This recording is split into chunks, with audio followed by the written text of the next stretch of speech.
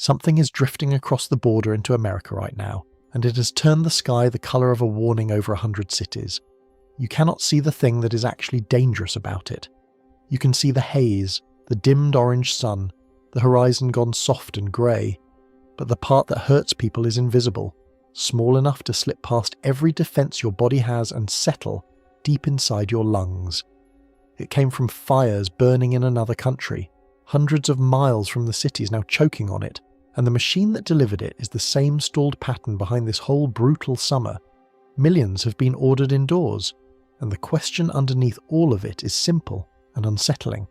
If an ordinary July can do this, what happens when the pattern refuses to move? If this has you hooked, subscribe to the Sky Lab, because this story is still moving and the next turn of it matters. Tell me in the comments where you're watching from and whether the air where you live has changed colour yet. Now let's get into it. Part 1. The city that can't breathe. Right at this moment, one of the largest cities in North America has the worst air of any major city on the entire planet. Not one of the worst. The worst. If you took every sprawling capital, every megacity, every place on Earth where millions of people wake up and step outside on their way to work, and you lined them all up and measured what they were breathing, the city at the very top of that list today is not somewhere you would expect. It is not a place people picture when they imagine choking, poisoned air. It is a modern, wealthy, glittering city on the shore of a great lake, a place with clean water laws and emissions rules, and air monitors on the rooftops. And today the readings coming off those rooftops are worse than almost anywhere humans live. And here is the part that should stop you. The reason has almost nothing to do with the city itself. Nobody there caused this. There was no factory explosion, no volcanic eruption in the suburbs, no chemical leak downtown. The danger sitting over those millions of people right now blew in from somewhere else entirely. It came across a border. It came from fires most of the people breathing it will never see, burning in forests most of them will never visit, and it is pouring south and east into some of the most crowded corridors on the continent as we speak. That is the story today.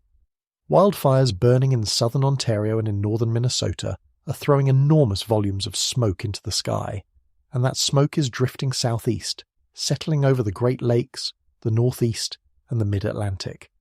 Environment Canada has issued an orange air quality warning, and the air quality index over the hardest hit area has climbed to 192.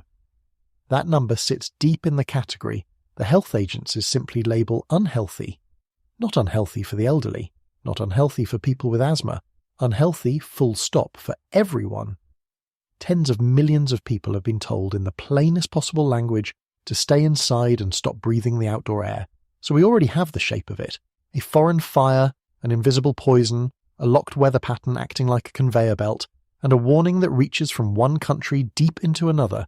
That is the spine of everything we're going to unpack, and I want to build it piece by piece, because almost every part of this is more unsettling than the headline lets on. Let's start with what worst major city in the world actually means, because that phrase gets thrown around and it loses its weight. There are private companies that monitor air quality in cities all over the planet in real time, and they publish live rankings. On an ordinary day, the top of that list is depressingly familiar. It is usually a city in South Asia in the dead of winter, when cooking fires and traffic and crop burning and cold stagnant air all pile up into a grey soup that never lifts. Those cities have populations in the tens of millions and infrastructure that has been fighting this fight for decades. For a North American city on a summer day to leap over all of them and land in first place is not normal. It is a genuine anomaly, and it tells you the concentration of pollution sitting over that city right now is extreme by any global standard. And the timing sharpens the anomaly even further. Summer is normally the clean season for the cities that usually top that global list. The worst air in places like Delhi or Lahore tends to come in the depths of winter, when cold, heavy, stagnant air traps everything close to the ground, and crop burning and heating fires pile on. Come summer, that same air lifts and mixes, and those cities often fall well down the rankings. So for a North American city to climb to the very top of the worst air list in the middle of July, in the season when the usual leaders are at their cleanest, is not a small thing. It means the pollution over that city right now is not just bad for a wealthy Western city. It is bad enough to beat the world's most notoriously polluted places during the part of the year they breathe easiest. That is how far out of the ordinary this is, and it is why a single number on an app deserves a great deal more attention than most people are giving it. Now hold on to the number, because the number is the whole game. 192. The Air Quality Index is a scale built by health agencies to translate a bunch of complicated pollution measurements into a single value that anyone can understand. 0 is clean air. 50 is still good. Once you climb past 100, you cross into territory where sensitive people start to feel it. Past 150, and this is the line that matters today, you cross into the band where the general population, healthy adults with no underlying conditions, are also at risk. 192 is near the top of that band. It is a stone's throw from the next category up, the one they colour a deep, ugly purple and label very unhealthy. So when the warning says stay inside, it is not being cautious for the sake of it. It is reflecting a real, measured danger to ordinary lungs. But here is what I find genuinely strange about a number like that, and it is the thing this whole video keeps circling back to. You cannot see 192. You can see the haze. Sure, you can see the sun turn a sickly orange and the horizon go soft and grey. But the thing that is actually hurting people is not the part you can see. The visible smoke is almost a distraction. The real threat is a category of particle so small that it is completely invisible to you. So small it slips past every defence your body has, and it is riding inside that haze in numbers your mind cannot picture. We're going to get deep into exactly what that particle is and what it does inside you, because once you understand it, you will never look at a hazy summer sky the same way again. For now, just sit with the geography of it. The fires are in southern Ontario and northern Minnesota. If you know that part of the continent, you know it is not empty wilderness 1,000 miles from anyone. Southern Ontario is close. It is close to the border, close to the lakes, close to enormous population centres on both sides of that border. Northern Minnesota sits right at the edge of the great boreal forests that ring the top of the continent, forests that are built to burn, that have burned for 10,000 years, but that are burning now in a summer that has been hot and dry in ways we have covered on this channel again and again. And when both of those regions catch fire in the same window, their smoke does not stay put. It gets picked up, it gets carried, and it gets delivered with brutal efficiency, straight into the lungs of people who did nothing but wake up and open a window. Think about what that actually means for a moment, because it reorders how you think about danger. You have always been taught, on some instinctive level, that distance equals safety. A fire far away is somebody else's problem. A disaster in another country is something you read about, not something that reaches through your front door. And for most of human history, that instinct was correct. But the atmosphere does not respect that instinct. The atmosphere does not know where the border is. It takes the products of combustion from a forest hundreds of miles away, and it lays them down over a city like a blanket, and by the time it reaches you it is invisible, and by the time you feel it in your chest it has already been in your bloodstream for hours. The distance that used to protect you has been erased. That is the quiet, disturbing centre of this entire story, and every section from here is going to sharpen it. Let me give you a sense of the scale of what is sitting under this plume, because the word millions gets thrown around until it stops meaning anything. The metropolitan area around the hardest-hit Canadian city alone holds something on the order of 6 million people, but the plume does not stop at that city. Follow the corridor it is drifting down, southeast across the lakes and into the American Northeast and Mid-Atlantic, and you pass through Detroit, Cleveland, Buffalo, Pittsburgh, and then the enormous stack of cities from New York down through Philadelphia to Washington. That corridor is one of the densest concentrations of human beings anywhere on the continent, tens of millions of people layered along a few hundred miles of coastline and river valley. When a smoke plume is aimed down that specific line, it is not hitting empty country. It is hitting the maximum possible number of lungs the geography has to offer. The atmosphere could not have chosen a worse target if it had been trying, and there is something unusual about where these particular fires are burning that makes this event stand out from the smoke we normally get. For most of the big transboundary smoke events people remember, the fires were far away, up in the remote boreal forests of Quebec, or out in the vast wilderness of Western Canada, hundreds and hundreds of miles from anyone. The smoke had to travel a long way to reach population, and it thinned out along the journey. But southern Ontario is close. It is close to the border, close to the lakes, close to those enormous population centres on both sides of the line. A fire source that near to people means the smoke arrives less diluted, more concentrated, having had less distance to spread and settle. It is a shorter, meaner delivery. Then add the second source, up in northern Minnesota, right at the southern edge of the Great Boreal Band that rings the top of the continent. That region includes some of the most fire-prone forest in the country, wild country, where fire has been part of the ecology for as long as the forest has existed. And here is the thing that makes today different from a single-source event. When southern Ontario and northern Minnesota are both burning in the same window, their smoke does not stay in two separate streams. The plumes merge. They braid together into one larger, reinforcing body of smoke, thicker than either fire could produce on its own, and it is that combined mass that the sky is now steering into the corridor. Two chimneys feeding one river. It's worth pausing on the forests themselves because there is a temptation to think of a burning forest as something going wrong, and in the boreal north that is only half true. These northern forests evolved with fire. Many of the trees actually depend on it, their cones sealed shut with resin that only melts and releases seeds in the heat of a blaze. Fire is how the boreal forest renews itself, and it has burned in cycles for 10,000 years. So the fire is not in itself the anomaly. The anomaly is the conditions surrounding it, the heat and the dryness that let ordinary fire behaviour turn into extraordinary fire behaviour, bigger and hotter and smokier than the same forest would produce in a cooler, wetter summer. That distinction is going to matter later because it is the difference between a natural process and a natural process running at a volume it was never tuned for. Now, the fires themselves are only half of the equation, and honestly they are the half everyone focuses on because fire is dramatic and visual and easy to point a camera at. But a fire by itself is a local event. What turns a local fire into a continental air quality emergency is not the fire, it is the sky above it. It is the specific arrangement of the winds, the height the smoke reaches, and the pattern steering it once it gets up there. A fire in exactly the same spot on a different day, under a different sky, might send its smoke harmlessly out over open water or up into the high atmosphere where nobody breathes it. Today, the sky is arranged in the worst possible way, and it is aiming the plume like a fire hose at the most crowded corridor on the continent. We are going to spend real time on that arrangement, because it connects directly to a pattern we have been tracking here all month. And that is the thread I want you to hold on to as we go, because it is easy to lose in the noise of a breaking headline. This is not three separate disasters this summer. It is not a heat wave, and then a drought, and then, unluckily, a smoke event, all landing back to back by coincidence. It is one thing wearing three different faces.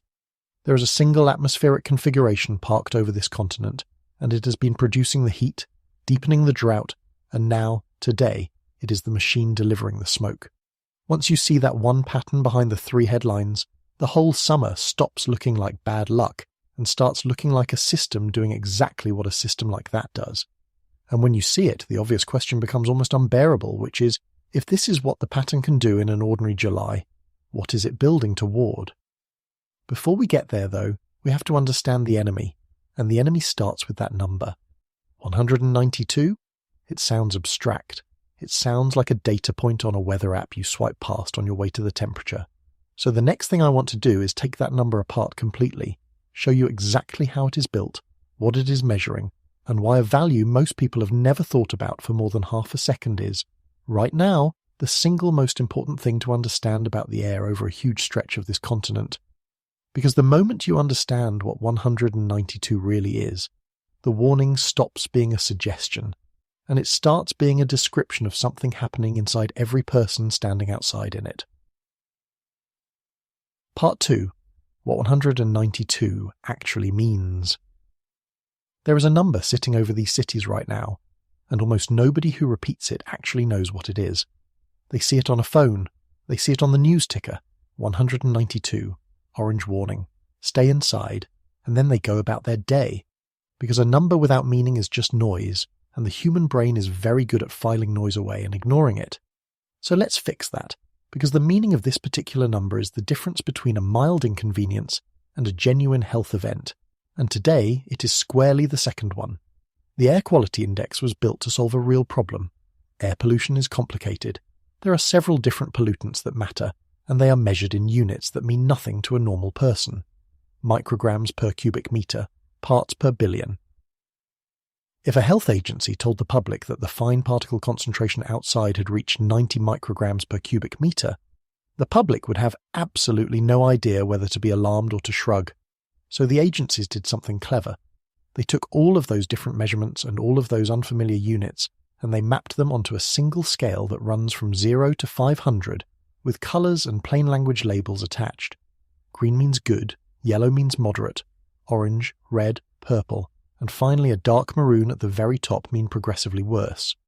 The whole point was to make an invisible, technical thing legible to a person deciding whether to let their kid play outside. Here is how the bands break down, because the exact lines matter today. 0 to 50 is good, the green zone, air you never have to think about. 51 to 100 is moderate, yellow, fine for almost everyone but the unusually sensitive might notice. 101 to 150 is the orange band, and this one has a specific name, unhealthy for sensitive groups. That means people with heart or lung conditions, older adults, young children, pregnant people. In the orange band, those groups should ease off, but the healthy majority is generally still okay. Then you cross 150 and everything changes. From 151 up to 200 is the red band, and the label there drops the qualifier entirely. It just says unhealthy. Not unhealthy for some people, unhealthy for everyone. This is the crucial line, and it is the line these cities have blown past. At 192, you're not near the edge of the red band. You're near the top of it. You're within sight of the purple band above, the one labelled very unhealthy, where health agencies start talking about emergency conditions. So when you hear that a city has hit 192, what you're actually hearing is that the air has crossed from some people should be careful, all the way to the entire population is now at measurable risk, and we are approaching the level we reserve for emergencies. That is the translation. That is what the number says once you can read it. It helps to know exactly who those sensitive groups are, because the phrase gets used a lot and stays vague, and today the distinction between the orange band and the red band is the difference between advice for some people and advice for everyone. The sensitive groups the agencies mean are specific. People with asthma or other lung conditions, people with heart disease, older adults whose systems are less able to compensate, young children whose lungs are still developing and who breathe faster relative to their size, and pregnant people, because the effects can reach the developing baby. In the orange band, from 101 to 150, those are the people who need to ease off and pay attention while everyone else is generally okay. But today's reading is not in orange. It is deep in red, and red erases that distinction. Red means a healthy adult with no conditions at all, someone who's never had a breathing problem in their life, is now also in the group being told to limit time outdoors. When you check your phone and see the air section coloured a deep red rather than orange, that colour change is not cosmetic. It is the app telling you the warning just expanded from some people to all people, and that you are now inside it. And I want to be precise about the phrase at risk, because it is easy to imagine it means you might cough a little. What the health agencies mean is more concrete. At these levels, exposure produces irritation of the eyes, the nose, the throat and the lungs. It produces coughing and shortness of breath in people who have never had a breathing problem in their lives. It sends people with asthma to the emergency room. It puts measurable strain on the heart. And it does all of this in hours, not weeks. This is not a slow, distant, someday kind of harm. It is happening in real time to the people standing in it right now, whether or not they can feel it yet. Let me widen the picture above 192 for a second, so you can see where this sits and where it could still go. Above the red band is the purple band, from 201 to 300, labelled very unhealthy, the level at which agencies talk about health alerts for the entire population and start recommending that everyone avoid all outdoor exertion. And above even that, from 301 all the way to the top of the scale at 500, is the maroon band labelled hazardous, emergency conditions, the level at which the guidance essentially becomes, everyone stay indoors, this is a health emergency for the whole community. So when I tell you today's reading of 192 sites near the top of the red band, I am telling you it is close to the doorway of purple, one meaningful surge away from crossing into the category where the language shifts from unhealthy to very unhealthy. The distance between where we are and where it gets substantially worse is not large. That matters, because the plume is still moving and the fires are still burning. It is also worth understanding why particle pollution earns its own special place in this whole system, because it reveals something about the design of the index itself. The air quality index does not track one thing. It tracks several different pollutants, each of which can hurt you in a different way, and on any given day the official number is set by whichever one is worst at that moment. There is ground-level ozone, the pollutant that forms when sunlight cooks the exhaust from cars and industry, which tends to spike on hot, sunny, stagnant summer afternoons in big cities. There is nitrogen dioxide straight out of traffic and combustion. There is sulfur dioxide and carbon monoxide, and then there is particle pollution split into a coarse fraction and the fine fraction we keep coming back to. The index looks at all of them, converts each into that 0 to 500 scale, and reports the highest one, because the highest one is the thing most likely to send you to a hospital that day. And today, in these cities, the pollutant winning that grim competition is not ozone and not traffic. It is the fine particle flood pouring off the fires. The number is a particle number. I keep saying the readings are real and measured, so let me actually show you what is behind them, because it is more impressive than most people realize. That value is pulled from a dense network of ground-based monitors, real physical instruments sitting on rooftops and in fields and backyards across the region, each one drawing in air continuously and measuring what is suspended in it. Some of them literally weigh the particles collected on a filter. Others shine light through the air and measure how much is scattered and blocked, the same scattering physics we will get to later. Those ground instruments are then cross-checked against satellites overhead, which can see the smoke from space and map its thickness across whole states at once. The ground monitors give you precision at specific points, the satellites give you the big picture between them, and together they produce a reading you can actually trust. This is not a guess. This is one of the most heavily instrumented measurements in all of public health, which is exactly why, later, the claim that the numbers are somehow faked is going to fall apart the moment we look at it. Now, the air quality index can be driven by any of several pollutants, whichever one is worst at the moment. On a hot, sunny, stagnant day in a big city, the culprit is often ozone, the pollutant that forms when sunlight cooks car exhaust. On other days it might be nitrogen dioxide from traffic. But today, in these cities, the pollutant driving the number is not any of those. It is particle pollution. Specifically, it is the flood of microscopic particles pouring out of those fires and riding the wind south. And that distinction is not a technicality. It changes everything about how dangerous this is, because particle pollution behaves differently from a gas. It does not just irritate the surface of your airways and get exhaled. It goes deeper, it gets in, and that is the subject we are about to open all the way up, because it is the true center of this story. You may have noticed, if you've checked more than one app during an event like this, that they do not always show exactly the same number, and that can make people distrust all of them. But the small differences are not evidence of anyone lying. They come from honest choices in how the number is calculated. Different services pull from different nearby monitors, and your exact location might sit between two of them, reading slightly different values. Some services report a raw hourly reading, while others smooth the last several hours together to keep the number from whipsawing minute to minute during a fast-changing event, and different countries even use somewhat different formulas to convert the same particle concentration into an index value. So one app might say 185 while another says 195, and both are honest. What matters is not the last digit. What matters is that every one of them is putting you in the same band, deep in the red, unhealthy for everyone. When the disagreement is 10 points and the agreement is the category is the signal. Let me stay on the measurement for one more beat though, because there is a detail that matters and that gets lost. That number, 192, is not a guess. It is not somebody looking out a window and estimating. It comes from a dense network of ground-based monitors, real instruments sitting on real rooftops and in real backyards, pulling in air and counting what is in it, backed up by satellites overhead reading the smoke from space. The reason the private global rankings and the government agencies tend to agree on these numbers is that they are all drawing from the same physical reality measured by hardware.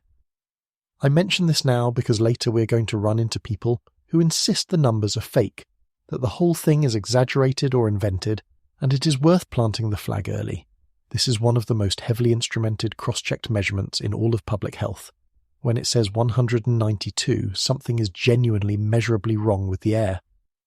And notice what the number is doing to the map. It is not evenly spread.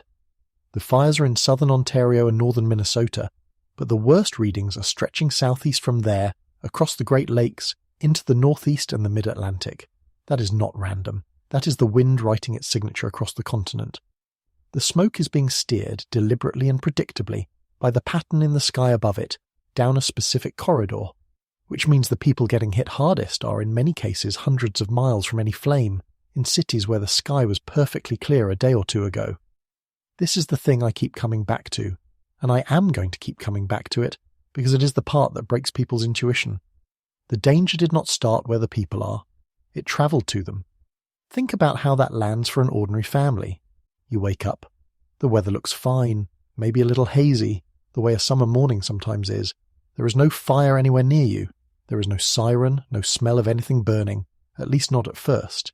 And yet the safest thing you can do is close every window in your house, run the air conditioning on recirculate, and keep your children indoors, because an event that began in another country, in forests you have never seen, has reached down and made the air in your own yard hazardous to breathe. There is something almost dreamlike about that disconnect. The threat is total, and it is invisible, and it arrived without a sound. And the only reason anyone knows it is there at all is that number, 192, ticking up on a screen. This is exactly why the index exists, and exactly why it matters that people understand it rather than swipe past it. Because particle pollution at these concentrations is the kind of danger the human senses are worst at detecting.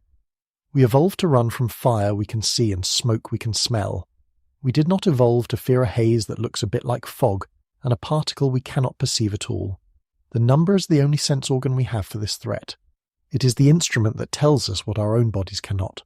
And right now that instrument is reading a value that, decoded, means the air over these cities has become an active health hazard for every single person breathing it, delivered from hundreds of miles away by a sky that is arranged to carry it here. So we have decoded the number. We know it is real, we know it is high, and we know it is being driven by particles rather than gas.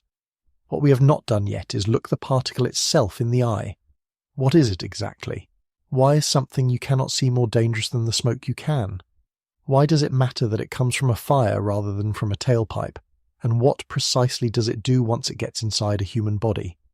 Because the honest answer to that last question is the thing that turns this from a weather story into something closer to a warning, and it is where we go next. Part 3. The enemy you can't see. Here is the fact that reorganizes this entire story. The thing hurting people right now is not the smoke you can see. It is a particle so small that if I put one on the tip of your finger, you would never find it, and neither would a microscope you had lying around the house. The particles doing the damage measure 2.5 microns across or smaller. To give you a sense of that scale, a single human hair is somewhere around 70 microns wide. So we're talking about something roughly 30 times narrower than one strand of your hair. You could line up 30 of these particles across the width of a hair and still have room to spare. This is the pollutant. This is what the number 192 is really counting. Scientists call it fine particulate matter, and the shorthand for it is PM 2.5, named directly for that size threshold. And size in this case is everything. It is the whole reason this is dangerous instead of merely unpleasant. Your body is not defenseless against dirty air. It has spent millions of years building a defense system against exactly this kind of insult. Your nose has hairs that catch large particles. Your airways are lined with mucus and tiny sweeping structures that trap dust and grit and escort it back up and out before it can do harm. If you breathe in ordinary road dust or sand or the big visible flakes of ash near a campfire, that defense system handles most of it. The particles are too big to get past the gates. They get caught and they get expelled, and you cough, and that is the system working. But 2.5 microns is small enough to walk straight through every one of those gates. It is small enough to ride the air all the way down past the nose, past the throat, past the branching airways, into the deepest chambers of your lungs, the tiny air sacs where your blood actually picks up oxygen. Those sacs are the most intimate boundary in your whole body, the place where the outside world and your bloodstream are separated by a membrane thinner than tissue paper, because that is where oxygen has to cross over into you. And these particles are small enough to reach that membrane. Some of them are small enough to cross it, which means the pollution does not stop at your lungs. It gets into your blood, it circulates, it reaches your heart, it reaches your brain. A fire burning in a forest in another country is, through this mechanism, putting its combustion products directly into the bloodstream of a person hundreds of miles away who is simply standing in their driveway. That is not a metaphor. That is the literal physical pathway, and it is the reason distance stopped protecting anyone. Now layer on one more fact, because it makes the wildfire version of this especially nasty. When a forest burns, roughly 90% of the total mass of particles it throws into the air falls into this fine, dangerous sub-2.5 micron category. 90%. It is not that wildfire smoke happens to contain some small particles alongside a lot of harmless big ones. Almost the entire particle load of wildfire smoke is in the size range built to bypass your defences and get deep inside you. Some other sources of pollution are dirtier in the large particle range, the stuff your body can catch. Wildfire smoke is concentrated, almost purpose-built, in the fraction that gets through. So when that plume from Ontario and Minnesota settles over a city, it is not just a lot of smoke. It is a lot of exactly the wrong kind of smoke, the kind your lungs cannot filter, arriving in the enormous quantities that push an index reading toward 200. So what does it actually do once it is in there? In the short term, the term the health agencies use for right now, it inflames. Your body recognizes these particles as foreign invaders, because they are, and it mounts an inflammatory response. That is where the coughing comes from, the burning eyes, the scratchy throat, the tightness in the chest, the shortness of breath. For a person with asthma or a lung condition, that inflammation can tip into a full attack, which is why emergency rooms fill up during these events. For a person with heart disease, the strain of inflamed lungs and particle-laden blood can trigger a cardiac event. And this is not theoretical. It shows up in the data every single time one of these smoke events rolls over a major city. The calls to emergency services climb. The hospital visits climb. You can watch a smoke plume move across a map and then watch the health system light up underneath it a few hours later. Let me walk the actual pathway, because understanding it is what makes the danger concrete instead of abstract. When you breathe normally, air travels down your windpipe, splits into two bronchi, and then branches again and again, like a tree turned upside down, into smaller and smaller passages until it reaches the very end, hundreds of millions of tiny air sacs called alveoli. Those sacs are where the entire point of breathing happens. Each one is wrapped in tiny blood vessels, and the wall between the air inside the sac and the blood outside it is astonishingly thin, thinner than a sheet of tissue paper, because oxygen has to slip across that wall into your blood with every breath. That thinness is not a weakness in the design. It is the design.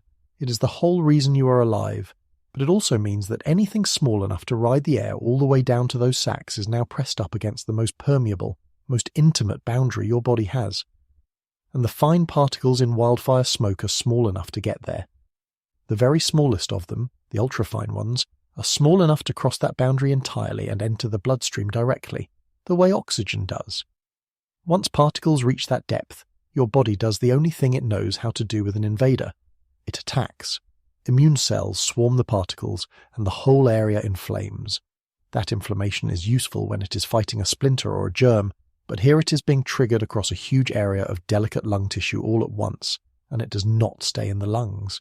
The inflammatory signals spill into the bloodstream, and this is where the particle stops being just a lung problem and becomes a whole body problem. Systemic inflammation makes the blood itself more prone to clotting. It can irritate the electrical system of the heart, nudging it toward abnormal rhythms. It stresses vessels that may already be narrowed by age or disease. This is the mechanism behind something that surprises people, which is that these smoke events do not just cause asthma attacks, they cause heart attacks and strokes. The pathway runs from an invisible particle to inflamed lungs, to inflamed blood, to a heart or a vessel that was quietly holding on and now tips over the edge. When researchers watch emergency calls climb under a smoke plume, a real share of those calls are cardiac, not respiratory, and that is why. And the makeup of the particle matters too, because wildfire smoke is not clean carbon. A forest fire burns whatever is in the forest, and increasingly when fire reaches the edges of towns, it burns whatever is in the towns, structures, vehicles, plastics, treated wood, insulation. The smoke that results carries not just soot but a cocktail of compounds riding on the surface of those fine particles, some of them genuinely toxic. So the particle is not only a physical intruder small enough to reach your blood, it is also a delivery vehicle carrying chemistry deep into your body that has no business being there. That combination, the size that defeats your defenses and the chemistry it ferries in, is what makes wildfire smoke a more serious exposure than its grey, ordinary appearance suggests. There is one image researchers sometimes use to make these concentrations legible, and it is worth mentioning because it cuts through the abstraction. They translate a day of breathing heavily polluted air into a rough equivalent number of cigarettes, not because smoke is chemically the same as tobacco, but because it gives people a gut sense of a dose they cannot see. On a bad smoke day, simply being outside and breathing can carry a particle load comparable to smoking a meaningful number of cigarettes you never lit without ever touching one. And the people absorbing that dose are not just adults. They are children, whose lungs are still growing and are more vulnerable to lasting damage, and who breathe faster and spend more time outdoors than adults do. The same invisible particle that a healthy adult might shrug off can quietly shape how a child's lungs develop. That is the reach of a threat you cannot see, delivered from a fire in another country, and it is why the invisibility is not a footnote to this story, it is the centre of it. And then there is the long shadow, the part that does not announce itself. Chronic exposure to fine particle pollution is linked to heart disease, to stroke, to reduced lung development in children, and, in pregnancy, to lower birth weight in newborns. These are not the effects you feel today, these are the effects that accumulate quietly across a life, across many exposures, each one small, each one leaving a little residue. And that is the genuinely insidious thing about this pollutant. Because you cannot see it, and because on any single day it might not make you obviously sick, it is extraordinarily easy to underestimate. The people most exposed to it are often the least alarmed by it, precisely because their senses tell them nothing is wrong.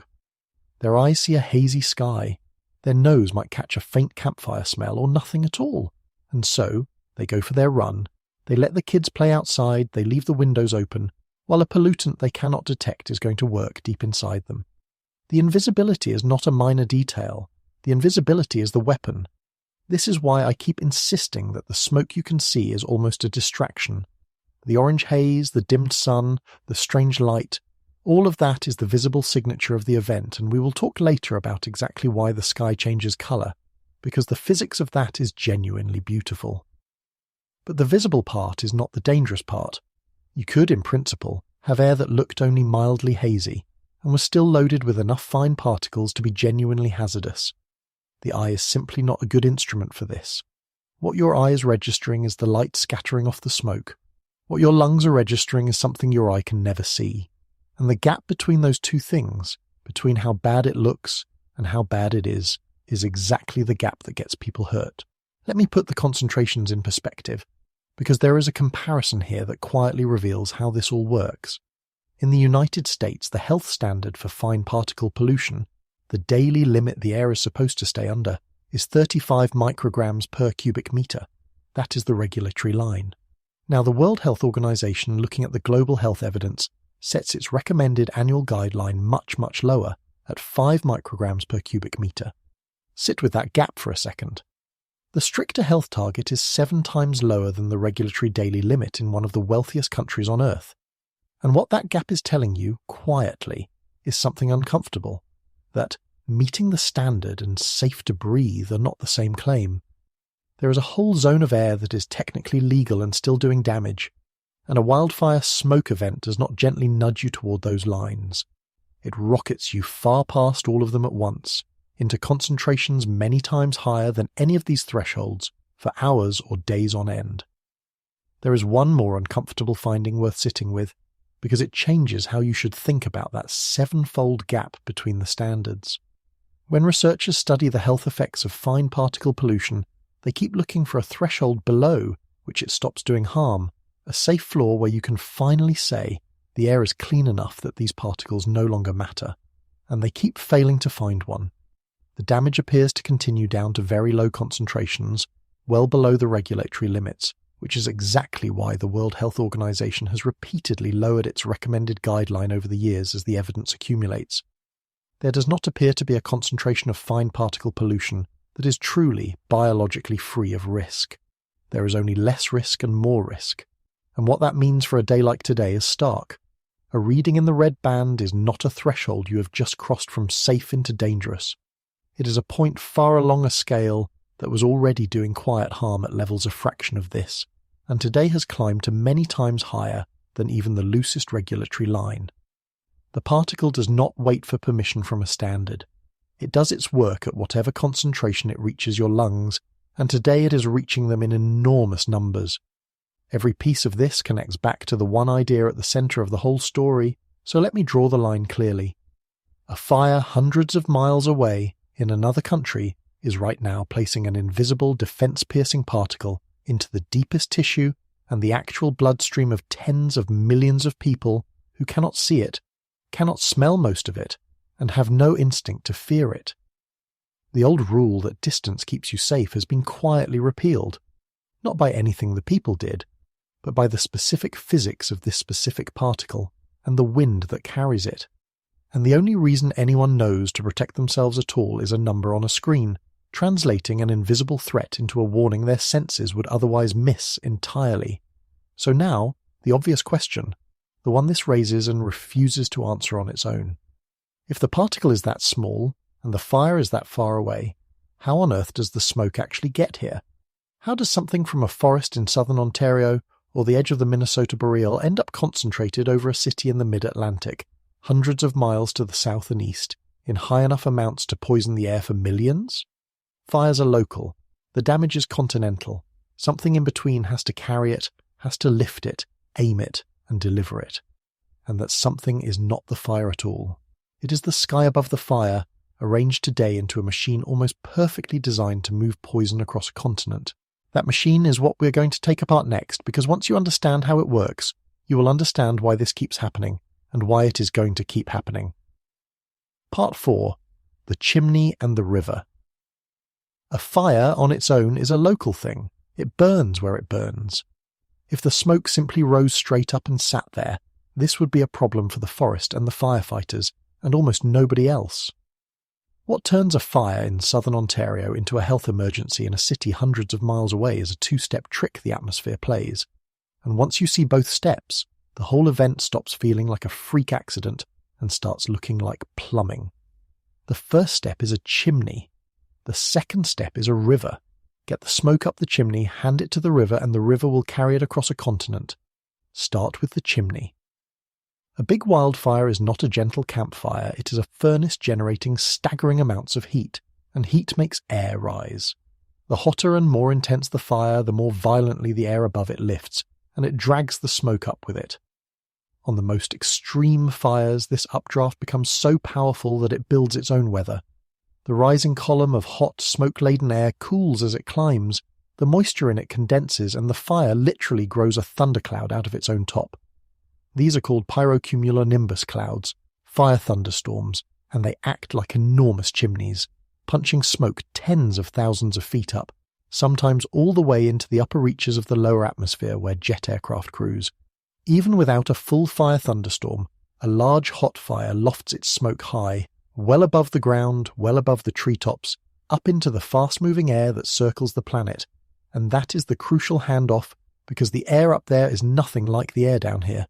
Down at the surface, the wind is slow, tangled, blocked by hills and buildings and friction.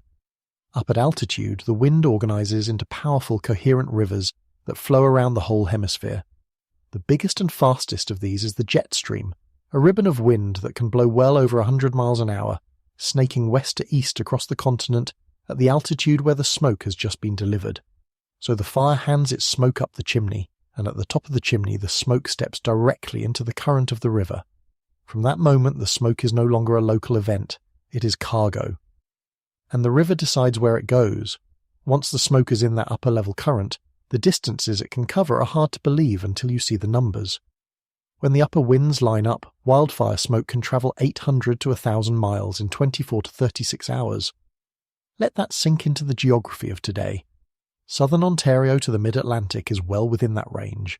A fire that flares up strongly can foul the air over cities a day and a half of travel away, and it does it while everyone in those cities is asleep or at work, completely unaware that a plume launched in another country is inbound.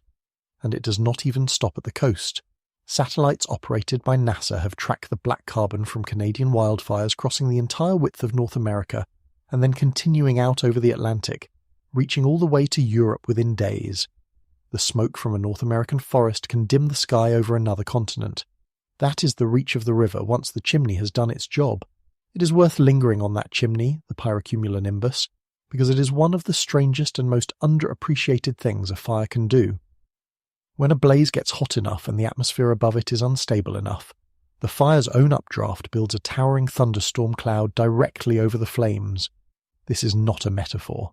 It is a real lightning-producing storm born from the fire, and it can loft smoke to heights normally reserved for the tops of the biggest thunderstorms, into the upper troposphere and occasionally into the stratosphere above it. And once smoke reaches those heights, it enters a part of the atmosphere where the air is thin, stable, and almost frictionless, where particles can linger not for hours but for weeks, circling the hemisphere on the high winds. Smoke injected that high can travel around the entire globe. In some of the largest fire events of recent years, smoke lofted this way was tracked completely around the planet, and was still measurable in the sky many thousands of miles and many days downwind. The chimney does not just move smoke across a continent. On its most extreme days, it can put smoke into the global circulation itself. But most of the smoke in an event like today's does not go that high. It rides at more moderate altitudes, a few thousand to a few tens of thousands of feet up, and that middle layer is where the real day-to-day drama happens, because it is close enough to be dragged down to the surface and high enough to travel fast. And this is where a crucial distinction lives, one that confuses people every single time. There is a difference between smoke aloft and smoke at the surface. When smoke is riding high overhead, it can turn the sun orange and the sky hazy, while the air you're actually breathing at street level stays relatively okay. People look up, see the eerie sky, and then check a monitor and are puzzled that the number is not worse. That is smoke aloft. The danger is up there, not down here yet. But the atmosphere does not keep it up there reliably, and that is the treachery of these events. Here is the mechanism that brings it down, and it is the reason the worst readings so often arrive at the worst possible time. During the day, the sun heats the ground heats the air just above it, and that warmed air rises and churns, mixing the lower atmosphere through a deep, turbulent layer. That daytime churning tends to keep surface smoke stirred and diluted. But when the sun sets, the heating stops, the churning dies down, and the air near the ground settles into calm, stable layers, sometimes with a temperature inversion, a lid of warmer air sitting on top of cooler air, trapping everything beneath it. In that calm, settling nighttime atmosphere, smoke that was riding higher during the day can sink and pool down at the surface, concentrating in the exact layer where people breathe, right as everyone goes to bed. So you can fall asleep under a merely hazy sky and wake before dawn to the worst air of the whole event, the readings peaking in the dark and early morning while everyone assumes the danger is resting. The threat runs on the atmosphere's clock, not on yours, and the atmosphere does some of its worst work overnight. This is exactly why meteorologists now run dedicated smoke forecast models, computer simulations that take the location and intensity of the fires, feed in the winds at every altitude, and project where the plume will travel and, crucially, when and where it will mix down to the surface. Those models are why a warning can go out a day ahead, before the sky over a distant city has changed at all. Forecasters can watch the plume load into the upper winds, trace the conveyor, and tell a city hundreds of miles from any fire that its air is going to turn hazardous tomorrow night. That kind of forecast would have sounded like science fiction not long ago. Today it is routine, and it is the only reason many of the people under this plume got any warning at all. This is also why which cities get hit is not random, and not really about where the fires are. It is about where the river is pointed. The prevailing flow across the continent tends to sweep from the northwest toward the southeast, which is exactly why the Midwest, the Great Lakes, and the Northeast are the usual targets of smoke coming out of Canada, and why the biggest events can reach as far as Texas. Today, that steering current is aimed straight down the most densely populated corridor on the continent.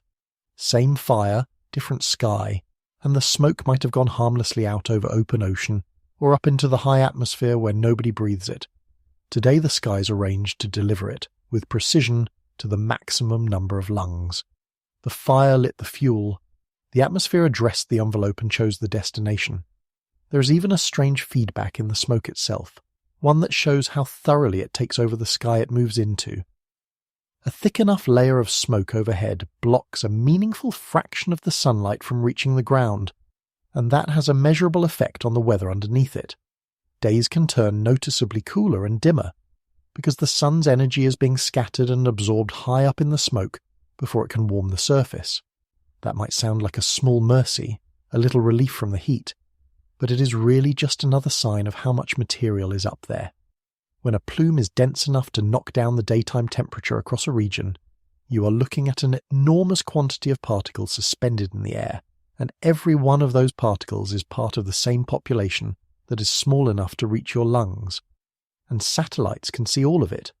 From orbit, instruments measure how much light the smoke layer blocks and scatters, a quantity that lets forecasters estimate how thick the plume is over any given spot, mapping the whole event across the continent in near real time. The same smoke that dims your afternoon is being weighed from space hour by hour as it drifts down the corridor. Now here is a wrinkle that makes this even more treacherous, and it is the reason these events often feel worse at strange hours. When the smoke first arrives, a lot of it is riding high, up at altitude in that river of wind. During the day, that high smoke can dim the sun and turn the sky a hazy orange while the air you're actually breathing down at street level is not yet at its worst. But then the sun goes down, and at night, something in the atmosphere collapses. During the day, the sun heats the ground heats the air above it, and that warm air churns and mixes through a deep layer, keeping the surface stirred up. When the sun sets, that heating shuts off. The churning stops. The atmosphere settles and stratifies into calm layers, and that overnight settling can pull the smoke that was riding high during the day down toward the surface, down into the layer where people breathe. So you can go to bed under a merely hazy sky and wake up before dawn to the worst air of the entire event, with the readings peaking in the dark while everyone assumes the air is resting. The threat does not follow your intuition about when danger should arrive. It follows the physics of the atmosphere, and the physics does some of its worst work while you sleep. Step back and look at what we have built here, because it is the mechanism that explains the whole event. A fire generates a chimney of rising heat that lofts its smoke high. At altitude, the smoke is handed to a river of fast wind that carries it 800 to 1,000 miles in a day and a half. The river is steered by the large-scale pattern of the atmosphere, aimed today straight down the crowded southeast corridor, and overnight, the settling of the air drags the high smoke down into the exact layer where people breathe. Chimney, river, aim, and delivery. That four-step machine is why an invisible particle from a forest in Ontario ends up in the bloodstream of a person in a mid-Atlantic city who never saw a flame. This is the answer to the question, part 3 left hanging. The fire is local, the damage is continental, and the thing in between is the sky, working as a conveyor belt. And notice, because this is where the whole story starts to tighten, that the single most important variable in that entire machine is the river's aim. The chimney is just the fire being hot, and fires are always hot. The overnight settling happens every night. What determines whether millions of people breathe poison or breathe clean air is the arrangement of the large-scale pattern that steers the river. That pattern is the master switch. If it is arranged one way, the smoke goes out to sea and nobody notices. If it is arranged another way, it parks over the northeast quarter of the continent and holds there, feeding city after city for days. And here is the part that should raise the hair on your neck. The pattern steering that river today is not some random configuration that happened to show up this week. It is the same stubborn, locked-in pattern we have been tracking on this channel all month. It is the same arrangement that has been building the heat and deepening the drought. The machine that is delivering the smoke is the machine that has been running this entire summer, which means the smoke is not a new disaster that arrived out of nowhere. It is the latest output of a pattern that has been sitting over this continent for weeks, doing one destructive thing after another, and now adding a third. That is the connection I promised you at the very beginning, and it is the thing almost no coverage of a smoke event ever makes, because it requires stepping back from the fire and looking at the sky as a single system. So that is exactly what we're going to do next. We're going to leave the fire behind entirely and go up, up into the pattern itself, and I am going to show you the one configuration in the sky that has been quietly authoring this entire summer, the heat, the drought, and now the smoke. Because once you can see that single pattern, 3 separate headlines are going to collapse into one, and the real scale of what is happening over this continent is finally going to come into focus. Part 5. The pattern behind everything. I want you to forget the fire for a few minutes. Forget the smoke, forget the city, forget the number on the screen. I want to take you up, high above all of it, and show you the one thing in the sky that has been quietly writing this entire summer. Because if you have been watching this channel over the last few weeks, you already know this shape, even if you have never seen it drawn. You have been living underneath it. It is the reason for almost everything we have covered since the start of the month, and today it is the reason the smoke is going exactly where it is going. Normally the atmosphere over this continent flows. The jet stream, that river of high wind we just talked about, usually moves along at a decent clip from west to east, carrying weather systems through in an orderly parade. A front comes, it rains, it clears, the next one arrives a few days later. Things move. Nothing sits still long enough to become a catastrophe. That's a healthy progressive pattern, and it is what most of us think of as normal weather. The key word is movement.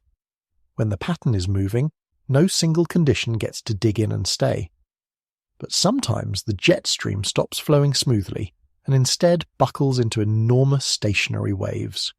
Instead of running roughly straight, it develops giant ridges that bulge far to the north and deep troughs that plunge far to the south. And, crucially, these waves stop moving. They lock in place.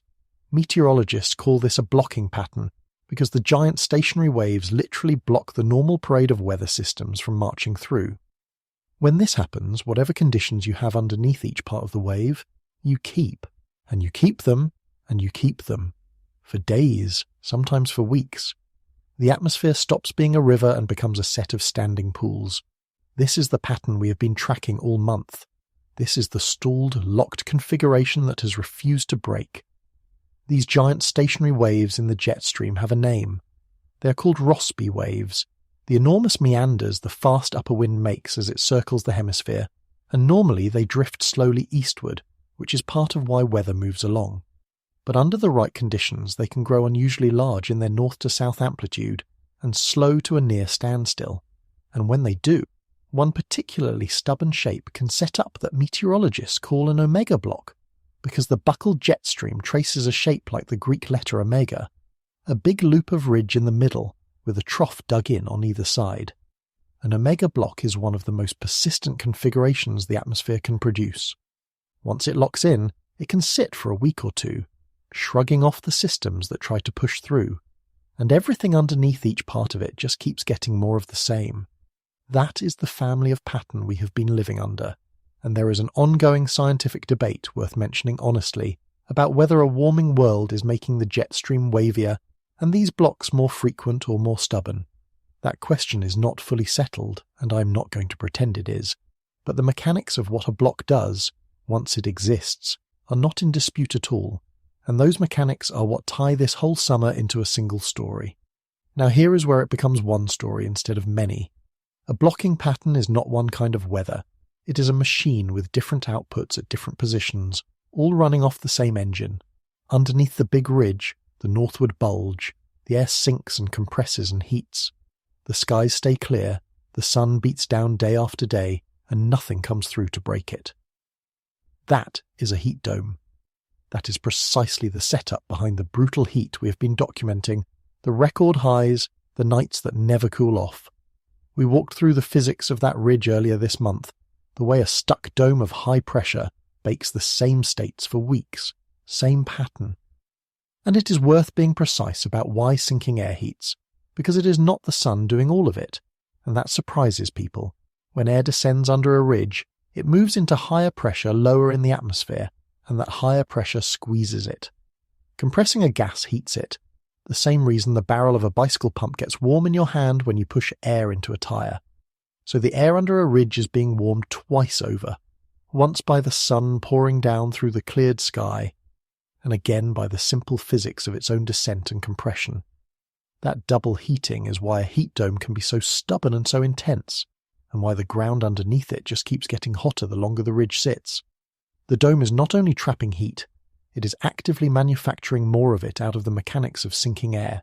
And what does weeks of relentless heat and clear skies and sinking air do to the land underneath it? It bakes the moisture out of everything. The soil dries, the vegetation dries, the rivers drop. A few days ago on this channel we walked through the drought, spreading across the country, the way roughly 2/3 of the continental United States had slid into abnormally dry or drought conditions, and the way heat and drought feed each other in a vicious loop, because hotter air pulls moisture out of the ground faster. There is a clean bit of physics behind that loop. For every degree Celsius the atmosphere warms, it can demand roughly 7% more moisture, sucking it out of the soil and the plants and the reservoirs with more force. So the ridge does not just make it hot, it makes it dry. Same pattern, second face. Now put those two faces together and ask what you have created. You have a landscape that has been baked hot and pulled bone dry for weeks, its forests and grasses turned into fuel, its soil moisture gone. That is a landscape primed to burn. And earlier this month we covered exactly that, the wildfires breaking out across the interior west, the way a hot, dry, locked pattern turns whole regions into tinder waiting for a spark. When you dry the fuel and heat the air and hold that condition in place long enough, fire is not a surprise. Fire is the next scheduled output of the machine. Same pattern, third face. The heat, the drought, and the fire are not three strokes of bad luck. They are three products rolling off one stalled configuration in sequence, exactly the way that configuration produces them. And now we arrive at the reason all of this matters for today, the reason I dragged you all the way up here. That same blocking pattern, the one making the ridge that bakes the land and dries the fuel and grows the fires, has another job. It also decides where the wind blows. Remember the river of high wind that carries the smoke? The blocking pattern is what steers that river. On the western side of a stuck ridge, and around the trough that plunges south alongside it, the flow bends and comes down out of the north, sweeping from the northwest toward the southeast.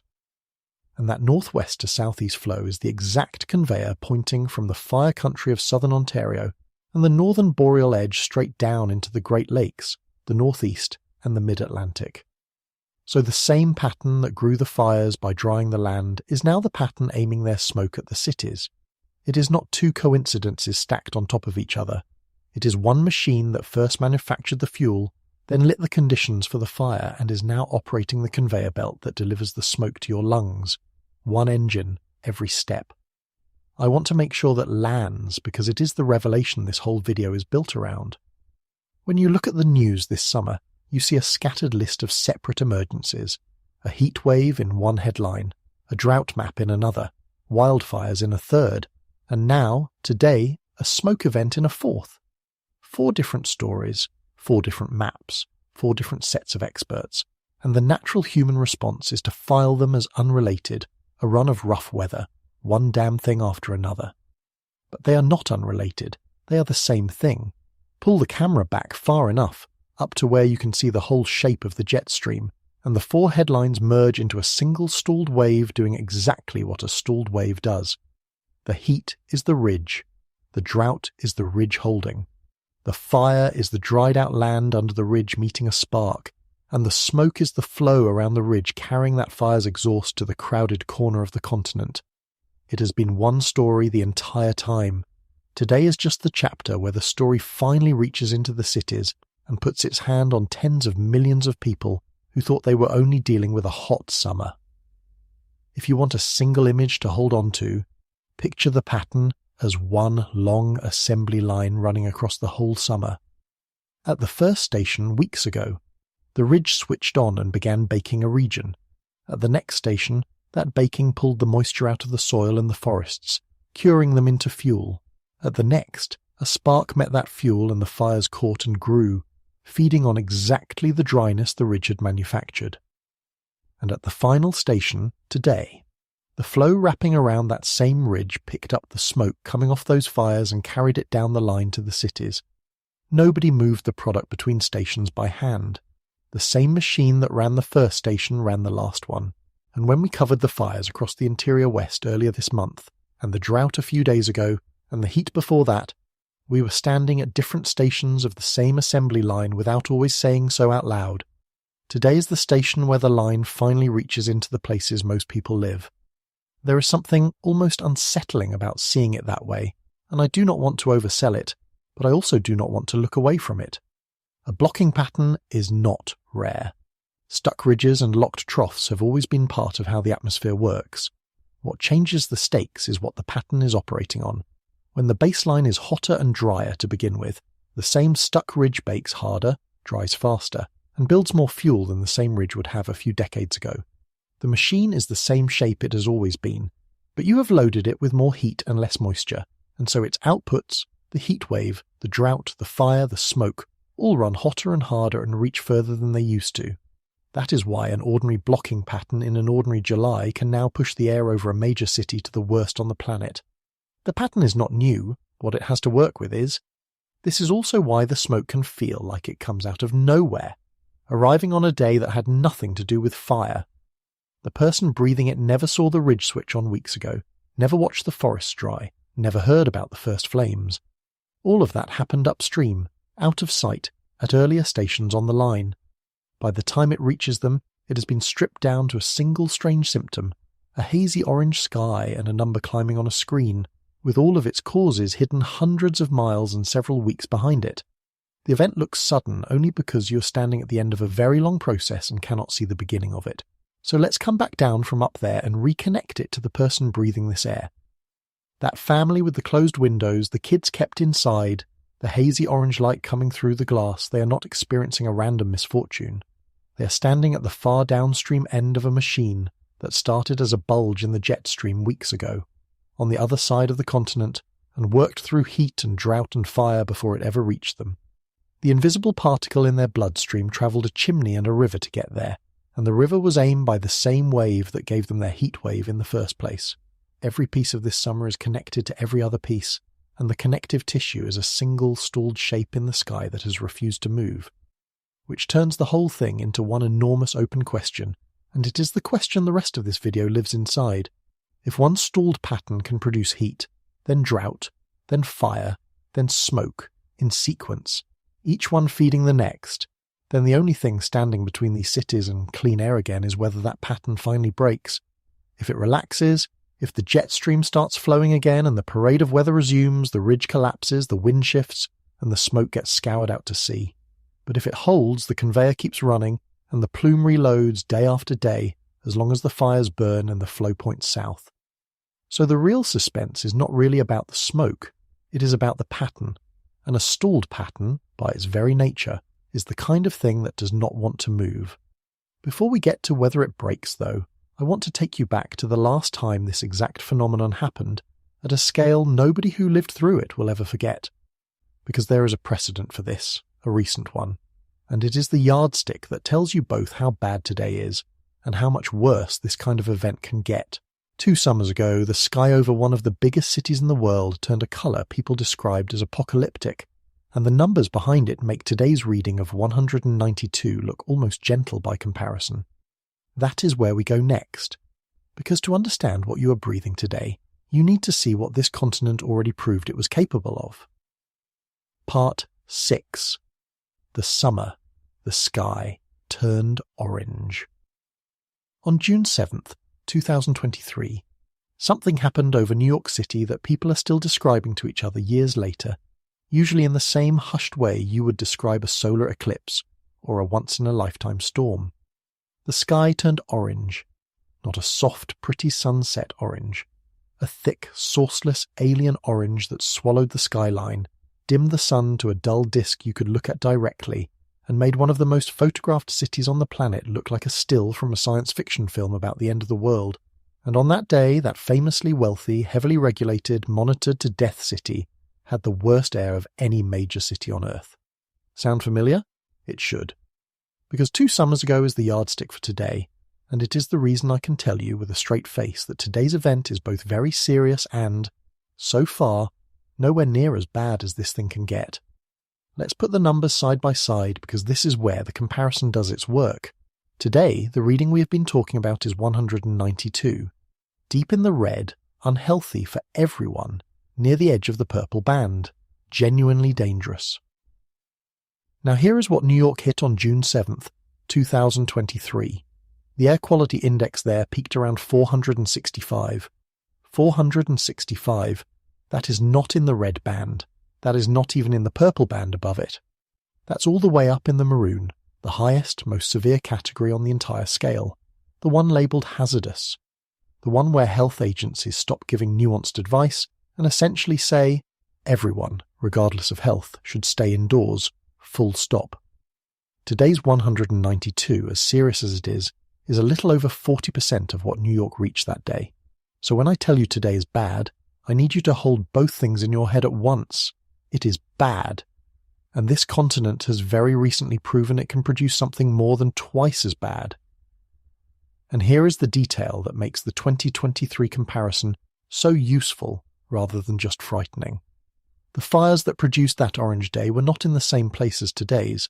They were largely in the remote forests of Quebec, hundreds of miles farther from the American Northeast than southern Ontario is.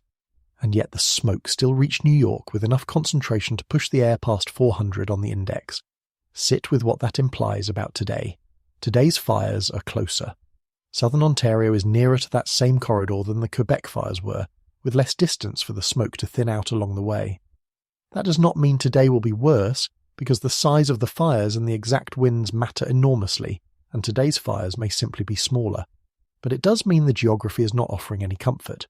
If anything, a source this close to the border is a source with a shorter, more direct line into the cities. The reason today sits at 192 rather than 400 is almost certainly the scale of the burning and the tuning of the pattern, not any protective distance, because the distance this time is, if anything, working against these cities. The particle numbers behind that reading are even more sobering than the index, because the index compresses at the top and the raw concentrations do not. On that day, the daily average concentration of fine particle pollution in New York reached 203.9 micrograms per cubic meter. Go back to the standards we talked about. The United States daily limit is 35. So New York's air that day carried roughly 5 times the amount of fine particle pollution that the daily standard is supposed to keep it under. And measured against the stricter World Health Organization annual guideline of 5 micrograms, New York's air that day was running something like 15 times higher. 15 times the level the Global Health Authority says is safe to breathe as a yearly average, concentrated into the air of a single day, over a city of millions. And here is the number that shows you how violent the change was. Before the smoke arrived, New York's fine particle pollution was sitting around 8.5 micrograms per cubic meter. Ordinary big city air, nothing remarkable. At the peak of the event, it was up around 95.5. That is more than 10 times higher than it had been just before. Imagine any other threat to a city multiplying by a factor of 10 in a matter of a day.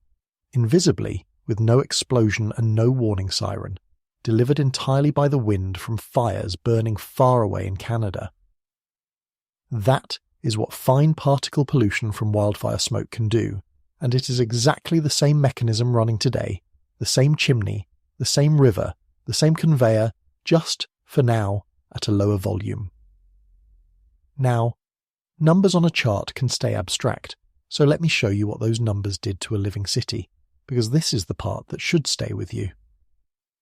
Researchers later went through the emergency medical records for New York during that event, and published what they found in a medical journal. On June 7th, the worst day, the city's emergency medical services received 754 calls for respiratory complaints. 754 people in a single day, sick enough with breathing trouble to call for emergency help. That was about 14% of all the emergency calls the city fielded that day, and it represented an excess of roughly 230 respiratory calls, above what the city normally handled before the smoke arrived. You can see the plume in the medical data. The smoke rolled in, and a few hours later the phones lit up with people who could not breathe. That is the human translation of a number like 465. It is not a colour in the sky. It is hundreds of extra people gasping for air in a single day, in a single city, because a forest was burning hundreds of miles away. And that day was not an isolated moment either. It was the peak of an event that rolled across the continent in waves for weeks, because the fires kept burning and the pattern kept steering. The same smoke that turned New York orange drifted onward and downward, and in the days and weeks that followed, other major cities took their own turns at the top of the worst air in the world list. Detroit had its day. Chicago had a stretch where it too ranked as the most polluted major city on the planet as the plume settled over the Midwest. Washington issued its own warnings. The event was not a single city on a single day. It was a continent-scale smoke season, with the plumes sloshing from one population centre to the next as the wind shifted, each city getting its own hazardous chapter. That is the part that should register today, because today's fires are also going to burn for a while, and today's pattern is also steering, and the cities in the corridor are lined up the same way they were then. And look at what it did to normal life, because this is where the abstraction of an index reading turns into a city grinding to a halt.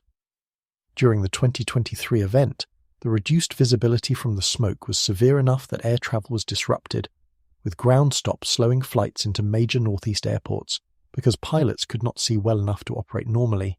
Outdoor events were called off, sporting events were postponed, schools cancelled recess and outdoor activities and, in some places, shifted to remote learning. People were urged to wear the kind of masks that can actually filter fine particles if they had to go outside at all. An entire region of tens of millions of people rearranged its daily life around air that had become dangerous to breathe, delivered by fires most of them could not have pointed to on a map. That is the scale of disruption a mature smoke event produces, and it is worth holding next to today's numbers, because today is the same phenomenon in an earlier or milder stage, and the shape of where it can go is already written in the recent past. The index comparison also hides something, and it is worth surfacing because it makes today's number a little more serious than a simple ratio suggests. The air quality index compresses at the top. The jump from a reading of 100 to 200 does not represent a doubling of particle concentration, and the jump from 200 to 465 represents an enormous leap in raw particles, far more than the numbers alone imply. So while today's 192 is a little over 40% of New York's peak reading on the index, the two are not as far apart in felt danger as that fraction makes them sound at the low end, and there is a great deal of room between 192 and the top of the scale for concentrations to climb steeply while the index number climbs more slowly. In plain terms, do not let the gentler-sounding index number fool you into thinking today is only mildly serious. It is squarely in the zone where the air is hazardous for everyone and the scale above it has a lot of runway. And I want to connect that back to the thread that runs through this entire story, because the 2023 event was not some freak unrelated to what we have been describing. It was the same machine. It was fires in the boreal north, throwing smoke up the chimney, handed to the river of upper wind, and steered by the large-scale pattern down into the northeast corner of the continent. The only differences between that event and today are the size of the fires and the exact tuning of the pattern. The physics is identical, which means today's 192 and that day's 465 are not two different phenomena. They are two readings on the same instrument, measuring the same kind of event, 2 points on a range that this continent now visits regularly. Today we are lower on that range, but the range is the point. The range is what should worry you, because nothing about the machine guarantees you stay at the low end of it. There is also a deeper loop underneath all of this that the 2023 event helped make visible, and it ties the smoke back to the heat and the drought one more time.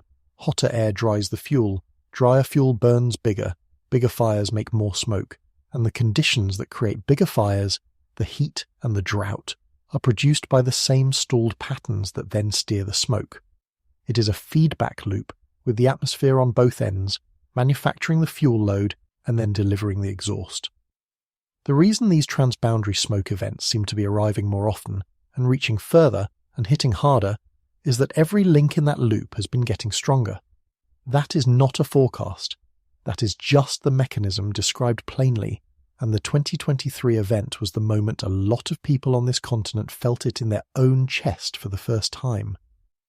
One more thing about that emergency call data is worth pulling out, because it answers a question people always ask, which is whether the harm is real or just precaution.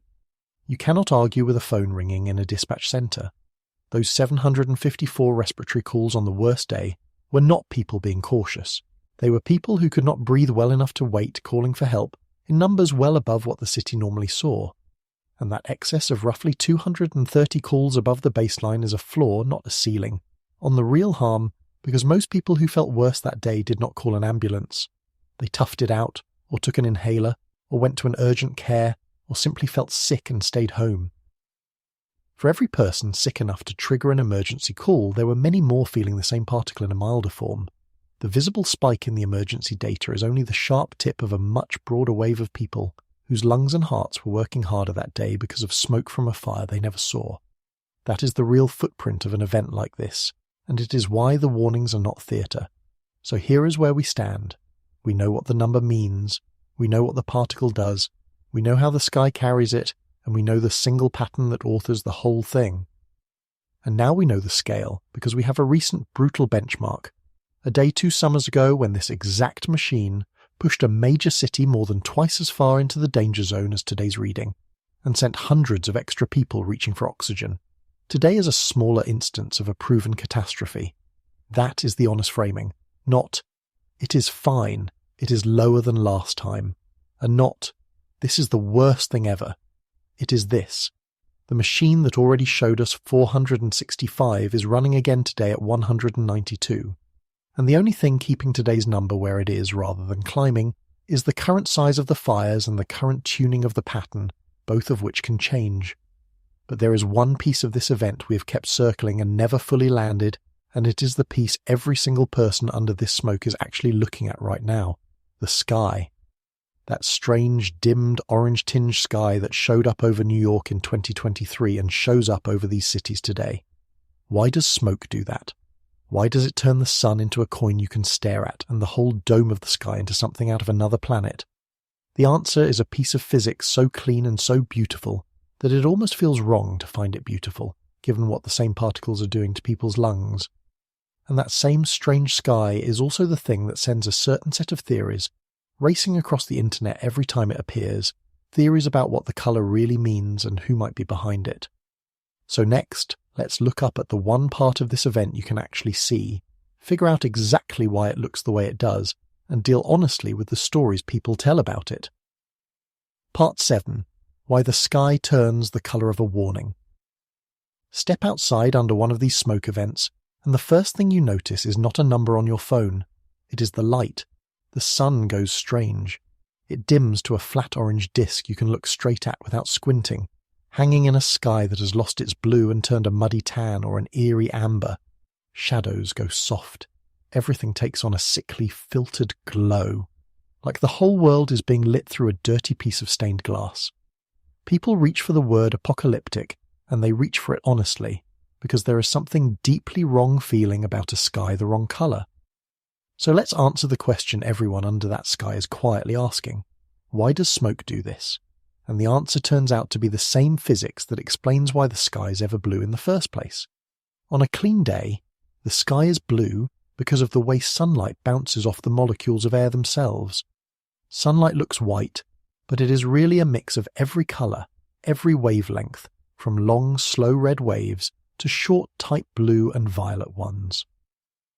The molecules that make up clean air, oxygen and nitrogen, are extremely tiny, far smaller than the wavelength of light, and it turns out that particles that small are much better at scattering the short wavelengths, the blues and violets, than the long ones. So when sunlight pours through clean air, the blue light gets bounced around in every direction, scattered across the whole dome of the sky, and that scattered blue is what your eye catches when you look up. This is called Rayleigh scattering, and it is the reason a clear sky is blue and a clean sunset, with the light passing through more air, goes red as the blue gets scattered away before it reaches you. Now fill that same air with smoke, and you change the rules completely because smoke particles are not tiny like air molecules. They are enormous by comparison. Remember, the fine particles we have been talking about are around 2.5 microns and smaller, and the measurements bear out just how much bigger the smoke makes the air's particle population. On a smoky day, the typical particle size in the air jumps to something around 212 nanometers across, compared to something like 61 nanometers on a clean day. The air is suddenly full of particles several times larger than what is normally floating in it. And particles that large scatter light in a completely different way.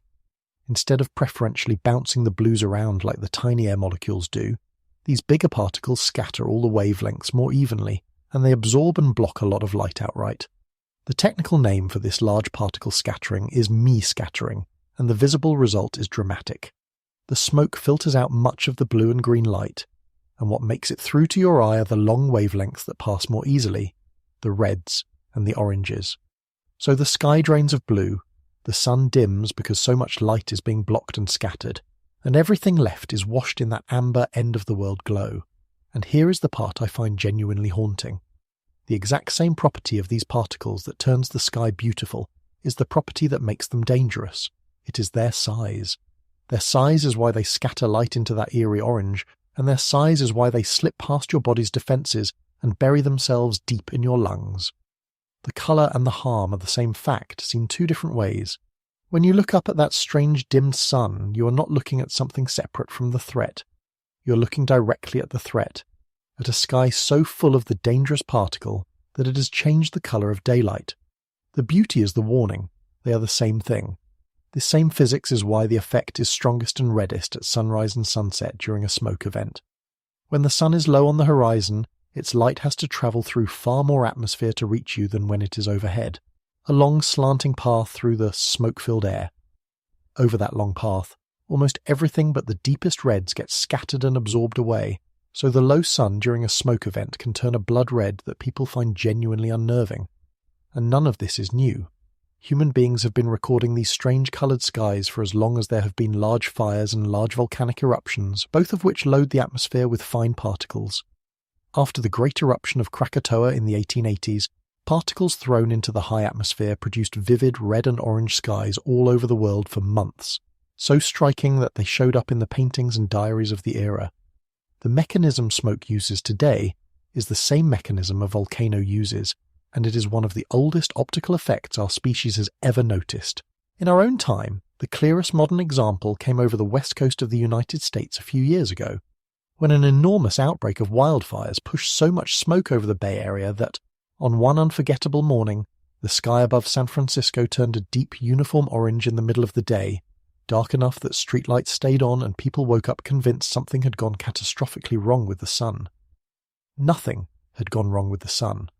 A thick layer of smoke aloft was filtering out the blue and green light and letting only the orange through, exactly the physics we just walked through, at an extreme concentration. It was one of the most photographed skies in recent memory, and it was, start to finish, me-scattering. The point is that this effect is not exotic, not new, and not a signal of anything hidden. It is the single most reliable, best understood visual consequence of putting fine particles into the air, and we have been watching it happen for as long as we have been watching the sky. Now, a sky that looks like the end of the world does something predictable to people. It frightens them, and frightened people look for explanations. And every time one of these orange skies appears, a set of theories goes racing across the internet claiming the colour is unnatural, that no real smoke could do this, that the strange light is evidence of something engineered, sprayed or hidden. And I do not want to mock the people asking, because the instinct underneath it is not stupid. The instinct is, this looks wrong, and things that look wrong usually have a story behind them. That instinct is correct. There is a story behind it. The story is me-scattering. The orange sky is one of the most completely understood, reproducible phenomena in atmospheric physics, observed for as long as large fires have existed, and it does not require, and is not improved by, an exotic explanation. Every large wildfire in recorded history has done this. The colour is not a signal of something manufactured. It is the visible fingerprint of a particle size, and we can measure that particle size directly. There is a second theory that always comes with it, which is that the official air quality numbers are being suppressed or faked, that the real danger is being hidden, or, in the mirror image version, that it is being exaggerated to frighten people into something. And this one is worth taking seriously enough to actually answer, because trust in these numbers is exactly what keeps people safe during an event like this. So here is the answer. The air quality index is not a single figure handed down from a single authority that you have to take on faith.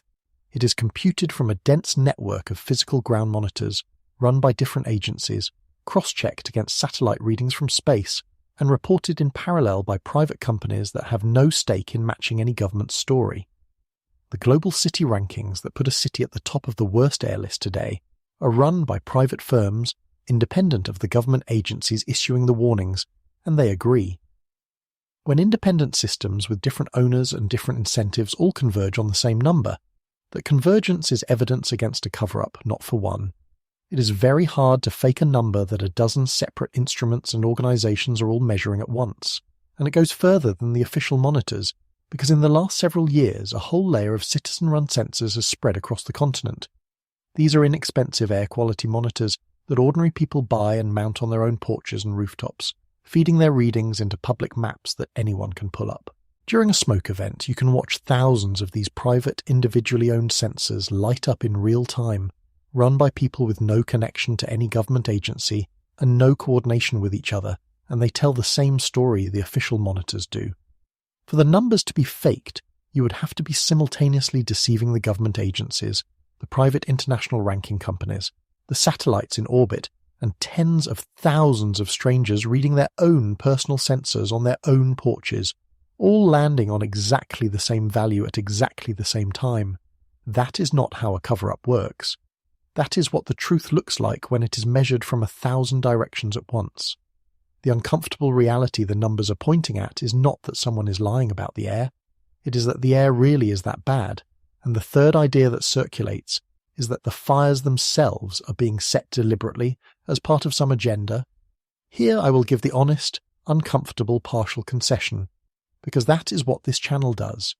It is true that a minority of wildfires are caused by human ignition, sometimes careless, occasionally deliberate. Arson is real, and it does start fires.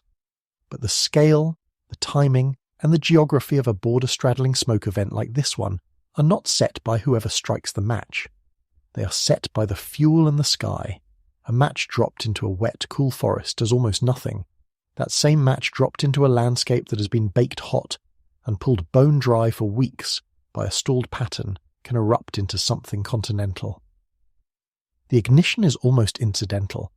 The catastrophe is authored by the conditions, and the conditions are measurable, forecastable, and exactly the ones we have spent this whole video describing. The science does not point to a coordinated campaign. It points to a primed landscape meeting an ordinary spark, which is a far more unsettling picture, because it means you do not need a villain for this to happen. You just need the pattern. It is worth being clear about why the engineered sky idea in particular falls apart the moment you look at the actual measurement, because it is the most common version of the theory. The claim depends on the colour being somehow inexplicable, a shade the sky should not naturally be able to produce. But the colour is not inexplicable at all. It is a direct, predictable consequence of a single, measurable quantity, the size of the particles in the air. We showed that number earlier, the way the typical particle size jumps to around 212 nanometers on a smoky day from something like 61 on a clean one. Feed that particle size into the physics of scattering, and the orange sky falls right out of the equations, no unknowns left over. There is nothing to explain that the ordinary size of a smoke particle does not already explain completely. When a phenomenon is fully accounted for by a quantity you can measure with an instrument, adding a hidden cause to it does not make the explanation better.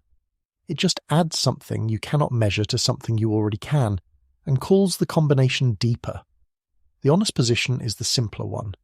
We know exactly why the sky is orange. We have known for over a century, and the knowing takes nothing away from how strange and unsettling it looks. And that, really, is the line this channel keeps landing on, so let me say it plainly. The genuinely disturbing thing about this event is not a hidden hand behind the orange sky. It is that there does not need to be one. The completely ordinary, fully understood physics of a warming, drying continent, a stalled ridge, dried out fuel, a spark, a chimney, a river of wind, and a particle the size that happens to both colour the sky and pierce your lungs, is now, by itself, enough to make the air over a major city the worst on the planet. No conspiracy required. The machine is mundane. That is what makes it frightening.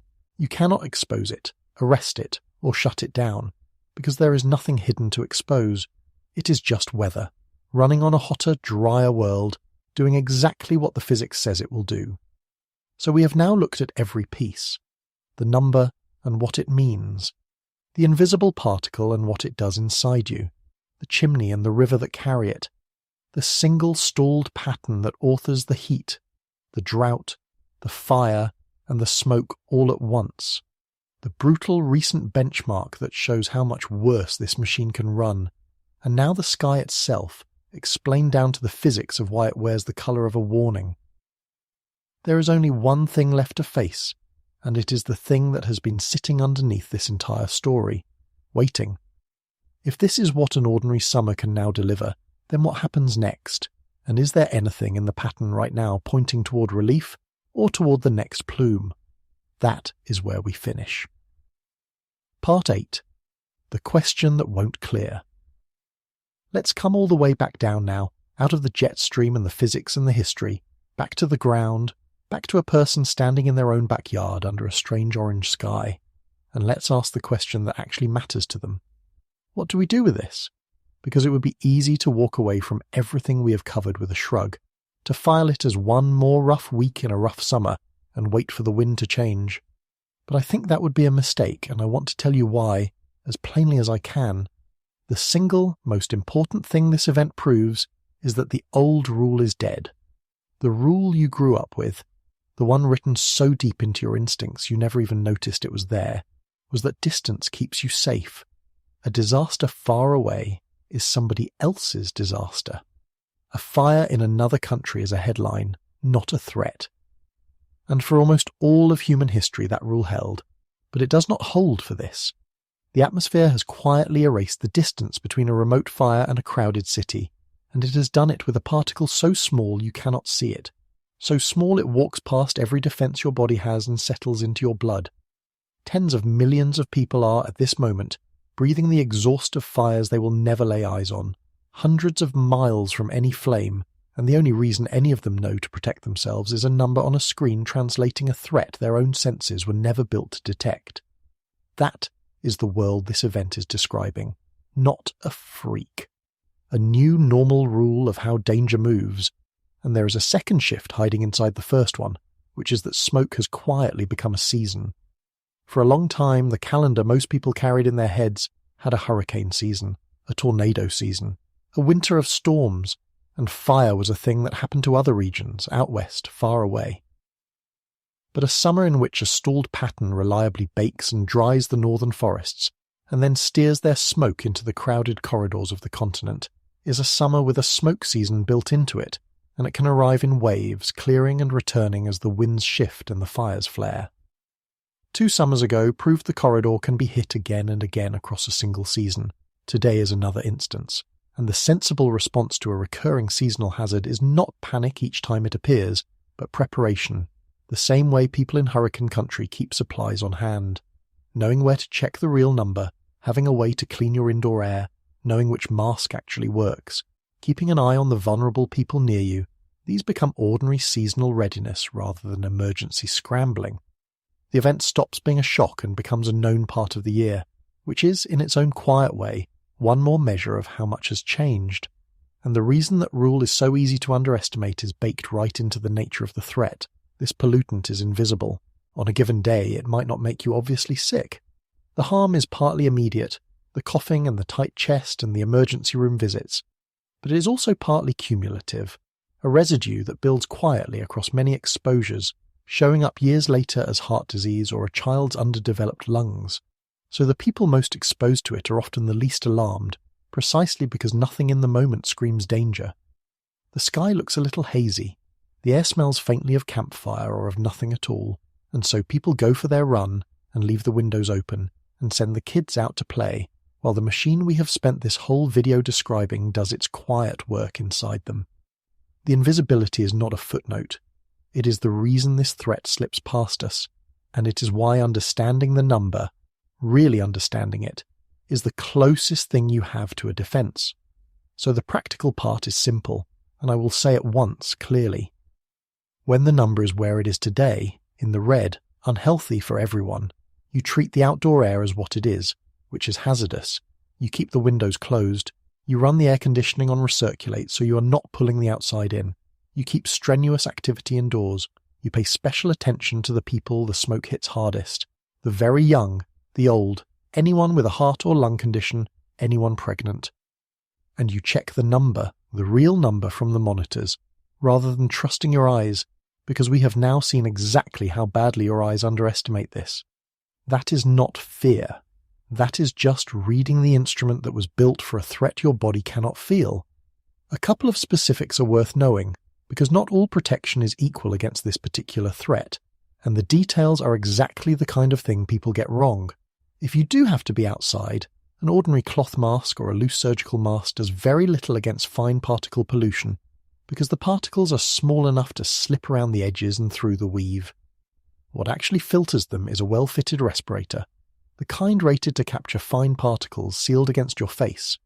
Indoors, the single most effective thing you can do is run a portable air cleaner with a high-efficiency particle filter in the room where you spend the most time, and if you cannot get one, a well-made filter fitted onto a box fan can do a surprising amount of the same work.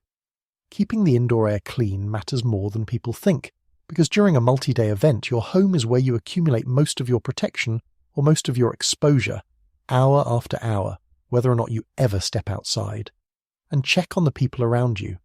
The threat falls hardest on the very young, the old, and anyone with a heart or lung condition, and some of those people will not have a phone buzzing with an air quality alert, or the money for an air cleaner, or a home sealed tightly enough to keep the smoke out. A smoke event is one of those hazards where a few minutes of attention to a neighbour can matter more than almost anything you do for yourself. The whole reason we spend time decoding a number like 192 is so that it can drive action, while there is still time to take it, and the most useful action is often the one you take on behalf of someone whose senses, like everyone's, cannot feel the danger coming. I want to be careful not to tip into fear here, because fear is not the point and it is not useful. The particles are dangerous, but the response to them is knowable and doable, and people move through these events every year and come out fine by taking them seriously. The goal is not to be afraid of the sky. The goal is to stop trusting your eyes about it, because we have now seen, in detail, exactly how badly your eyes underestimate this specific threat.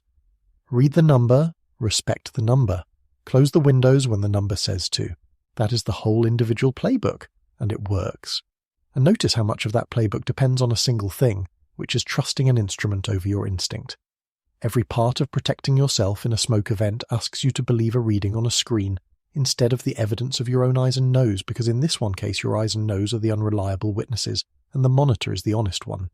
That is a genuinely unusual thing to ask of a person. We are wired to trust our senses first. But this is the rare threat where the sense you should trust is the number, and getting comfortable with that inversion is most of the battle. But zoom back out, because the individual response is only half of it, and honestly it is the smaller half. The bigger truth this event hands us is the one we uncovered up in the jet stream, and I want to leave you holding it, because almost nobody connects it. This summer has not been a run of unrelated disasters. The heat, the drought, the fires, and now the smoke are not 4 separate strokes of bad luck. They are 4 faces of one stalled pattern, a single buckled wave in the sky that locked into place weeks ago, and has been running the same machine ever since. First baking the land, then drying the fuel, then growing the fires, and now steering their smoke straight down into the most crowded corner of the continent. 1 engine, 4 outputs. The whole season, when you finally see it from high enough up, collapses into a single shape that has refused to move, and the reason that same familiar shape now hits so much harder than it used to is that it is running on a hotter, drier world, so every output, the heat wave, the drought, the fire, the smoke, reaches further and bites deeper than the same pattern would have a generation ago. Which brings us at last to the only question that actually decides what happens next. Not whether the fires get bigger, though they might. Not whether the sky gets worse, though it could. The question underneath all of it is whether the pattern breaks, because everything downstream depends on that one thing. If the stalled ridge finally relaxes, if the jet stream unbuckles and starts flowing again, and the normal parade of weather systems resumes its march, then the whole machine shuts down at once. The ridge collapses, the heat eases, the wind shifts, and a passing trough scours the smoke out of the northeast and pushes it harmlessly out to sea. Clean air returns not because the fires went out, but because the conveyor stopped running. That is how these events usually end, not with the fire, but with the sky letting go. But a blocking pattern, by its very nature, is the kind of thing that does not want to let go. That is what the word blocking means. It is a configuration that resists the return of normal flow, that digs in and holds, sometimes for days, sometimes for weeks. And as long as it holds, the conveyor keeps running.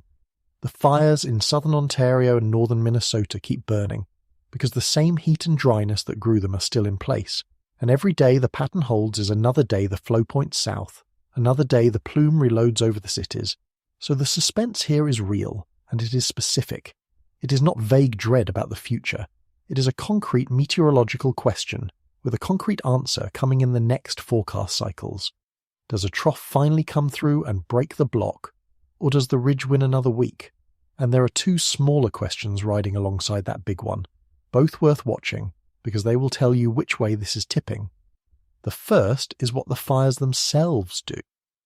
Are the perimeters in southern Ontario and northern Minnesota growing, or are they getting contained? A shrinking fire under a breaking pattern means this clears in days. A growing fire under a holding pattern means today's reading was a floor, not a ceiling. And the second question is the one I would watch most closely of all.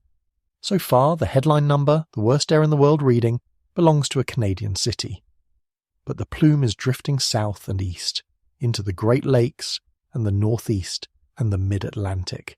And remember what the atmosphere does overnight, how the settling air can drag high smoke down to the surface in the dark. The open question is whether some downwind city on the American side, a Detroit, a Cleveland, a Buffalo, a New York, a Philadelphia, records a reading overnight that pushes past the red band and up into the purple, into very unhealthy, as the smoke settles while everyone sleeps. That threshold crossing, if it comes, will come quietly, in the hours before dawn, and it is the single most concrete thing to watch as this unfolds. And I want to name the strangest feeling this whole event leaves behind, because I think a lot of people under this sky are feeling it and do not have words for it. It is the feeling of being in danger with no one to blame and nothing to point at. There is no enemy here. No one attacked these cities. No factory failed. No dam broke. No villain lit a fuse. There is only the wind and the fuel and a particle the size that happens to both colour the sky and slip into your blood, and a wave in the atmosphere that will not move. The threat is total, and it is invisible, and it is authored by physics so ordinary that you cannot even be angry at it. That is a genuinely new kind of danger for most people, a danger with no face, and I think the discomfort of it is part of why these events unsettle us so deeply. We are built to fear things we can see and fight. This is neither. It is just the sky, running on a hotter, drier world, doing what the physics says it will do, and the only power we have over it is to understand it well enough to get out of its way. So that is where we leave it, standing under a sky the colour of a warning, with the machine still running and the pattern refusing to move. We know what the number means now. We know what the invisible particle does. We know the chimney and the river that carry it, and the one stalled shape in the sky that authored the whole summer. We know how much worse this machine has already proven it can run, and we know that the only thing standing between these cities and clean air is a question none of us can answer yet. A question sitting in the next few turns of the atmosphere. The fires will burn until the rain comes or the fuel runs out. But the smoke, the thing in your lungs, the thing turning the sun orange over 100 cities, that stays or goes on the whim of a single buckled wave, high overhead, that has spent this entire summer deciding it would rather not move, and the only thing left to find out is whether this time it finally does, or whether tomorrow the plume simply reloads, and the sky over one more sleeping city quietly slides from red into something worse.